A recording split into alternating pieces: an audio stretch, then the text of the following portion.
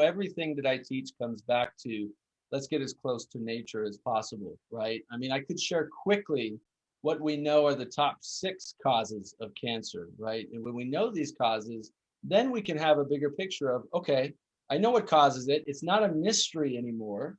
And then you can be empowered to start doing these things we're talking about. Get rid of plastics, replace them with glass, get rid of processed sugar, eat whole foods, right? These are simple things we can do every day to take back control of our health that actually make a huge difference. But I can go through these quickly, and then maybe we could just talk about 1 or 2 of them, right? But basically, we know there are really 6 core causes of cancer. One of them is chronic inflammation. The second one is elevated blood glucose. We talked about sugar.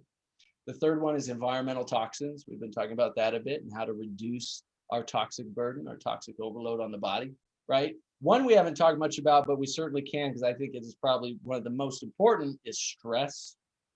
The 5th one is an unhealthy diet. We might get into a little bit more of that. And then the 6th one is lifestyle behaviors.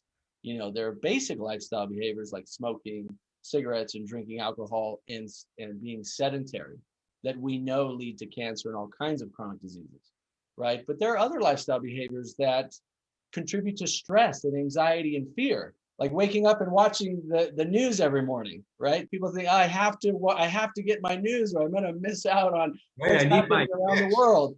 I got to get my fix, right? And that's what it is. It is taking advantage of your sympathetic nervous system, because and it literally creates an addiction, watching the news. Why? Because we feel like, one, the FOMO, if you've ever heard of that, fear of missing out. They literally program it so that if we miss one day, we feel like we've missed everything that's going on in the world. And I can tell you from experience, I went 10 years without ever watching the news.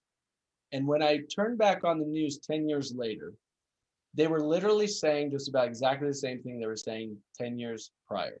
And I thought, I didn't miss a thing, right?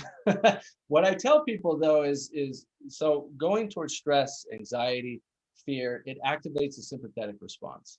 And the more your body's in a sympathetic nervous response, meaning fight or flight or freeze, even at a subtle, low-grade chronic level, like watching the news, it puts us into that low-grade sympathetic response, which means your adrenal response is turned up and your immune system is downregulated. Now you are creating a perfect environment for cancer to thrive. So how do we combat that? Well, we do things that actually activate our parasympathetic nervous system. We do things like meditation or qigong or deep yogic breathing, or going for a walk around the block, or taking 20 minutes out in nature. We do things that calm the nervous system. And when you do that, about an hour ago, I sat down and I listened to a 25-minute meditation.